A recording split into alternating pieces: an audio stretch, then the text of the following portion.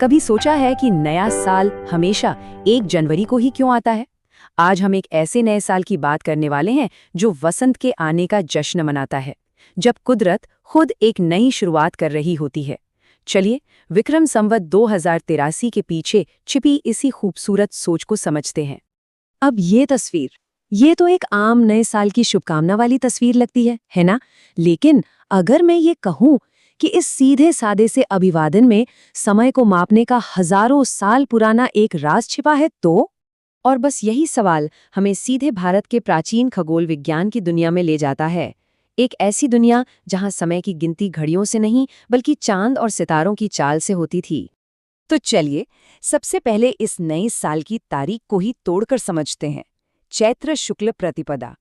सुनने में थोड़ा मुश्किल लगता है, लेकिन ये 3 शब्द अपने आप में इस कैलेंडर की पूरी कहानी कह देते हैं। इसे ऐसे समझिए, चैत्र साल का पहला महीना है। शुक्ल पक्ष मतलब वो 15 दिन जब चांद अंधेरे से निकलकर रोशनी की तरफ बढ़ता है, और प्रतिपदा उस सफर का पहला दिन, पहला कदम है। तो ये सिर्फ एक तारीख नहीं, ये आसमान में लिखा एक इशारा है कि नई शुरुआत हो चुकी है। यहाँ हमें दुनिया को देखने के 2 बिल्कुल अलग अलग नजरिए दिखते हैं। एक तरफ है ग्रेगोरियन कैलेंडर जो पूरी तरह सूरज पर टिका है, एकदम सटीक गणित जैसा, और दूसरी तरफ है हिंदू पंचांग जो चांद और सूरज दोनों के हिसाब से चलता है। महीने चांद से तय होते हैं और साल सूरज से, ताकि कैलेंडर हमेशा मौसम और कुदरत की लय से जुड़ा रहे। अच्छा, तारीख तो समझ आ गई, लेकिन ये 2083 वाला आंकड़ा क्या है?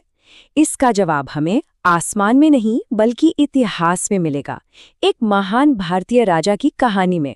2083 ये हमारे जाने पहचाने ग्रेगोरियन कैलेंडर से पूरे 57 साल आगे है, और ये हमें याद दिलाता है कि इतिहास का कोई एक ही शुरुआती पन्ना नहीं होता। हर सभ्यता की अपनी एक टाइमलाइन होती है, अपनी एक कहानी होती है। देखिए, मामला ये है कि विक्रम संवत की शुरुआत 57 ईसा पूर्व में हुई थी। माना जाता है कि ये महान राजा विक्रमादित्य की शकों पर जीत के सम्मान में शुरू किया गया था। इसीलिए जब हम ग्रेगोरियन साल जैसे कि 2026 में 57 साल जोड़ते हैं तो हमें विक्रम संवत का साल 2083 मिलता है। पर रुकिए, ये कैलेंडर सिर्फ तारीखों और नंबरों का खेल नहीं है, इसका एक बहुत गहरा सांस्कृतिक और आध्यात्मिक मतलब भी है। और यही बात हमें वापस हमारी पहली तस्वीर पर ले आती है। यहाँ पर भारत माता की ये जो तस्वीर है ना, ये सिर्फ सजावट के लिए नहीं है, ये इस सोच का प्रतीक है कि ये नया साल सिर्फ किसी एक इंसान की नई शुरुआत नहीं है, बल्कि ये पूरे राष्ट्र के लिए, पूरे देश के लिए अपनी जड़ों से फिर से जुड़ने और एक नई ऊर्जा भरने का मौका है।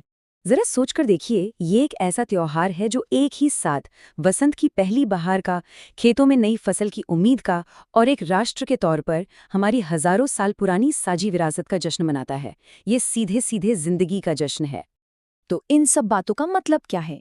क्या ये सिर्फ एक और कैलेंडर है, या फिर ये हमें समय के बारे में कुछ बहुत गहरा सिखाता है?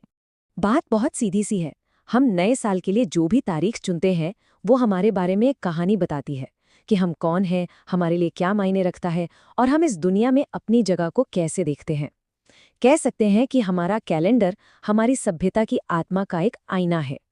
तो मैं एक सवाल के साथ इस बात को खत्म करता हूँ।